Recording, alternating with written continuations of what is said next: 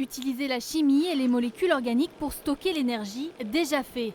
Depuis 2014, Chemwatt creuse le sujet et propose désormais une batterie non toxique de très longue durée. C'est une batterie qui stocke l'énergie dans des liquides. C'est-à-dire qu'en fait, on va faire circuler les liquides dans un convertisseur et ils vont se charger électrochimiquement au fur et à mesure.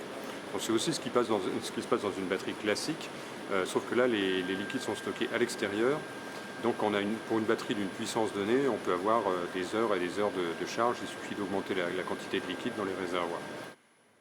Si jusqu'à présent, la problématique était souvent de créer une énergie propre, aujourd'hui il s'agit bien de stockage. L'innovation Chemwatt, issue d'un laboratoire sur le campus de Beaulieu, permet donc de séparer le convertisseur et le réservoir. Le volume de liquide peut également être augmenté en fonction du besoin de capacité. L'intérêt comparé à des batteries classiques comme le lithium-ion, c'est que pour augmenter la capacité de la batterie, on va simplement augmenter la taille des réservoirs et ajouter de l'électrolyte pour stocker plus d'énergie. 11 personnes travaillent sur ces batteries qui s'adressent d'abord aux grands groupes de production d'énergie. Nous, on va vendre typiquement à des grandes sociétés qui vont faire l'intégration des systèmes de stockage d'énergie, mais qui peuvent aussi faire de la production d'énergie, etc.